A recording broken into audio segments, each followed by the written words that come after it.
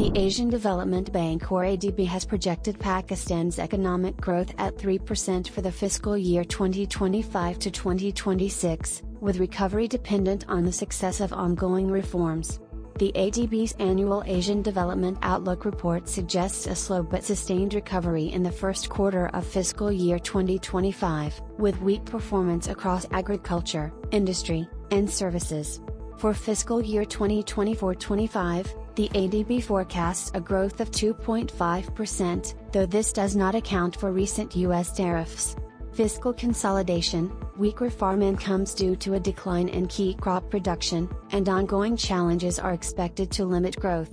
However, effective implementation of reforms could create a more stable macroeconomic environment and remove structural barriers to growth.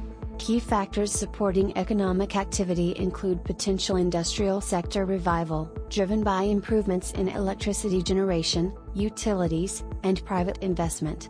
Strong remittance inflows, lower inflation, and ongoing monetary easing are also expected to support private consumption.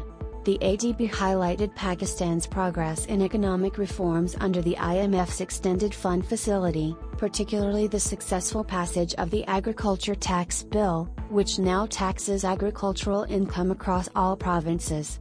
However, it cautioned that inflation is expected to rise to 6% in fiscal year 2025 and identified risks from volatile global commodity prices, trade policies, and energy tariff adjustments. Political tensions, insufficient rainfall, and external risks like rising global food prices could also undermine growth. The ADB noted that the State Bank of Pakistan or SBP is likely to maintain a cautious approach to easing monetary policy, keeping interest rates high to stabilize inflation.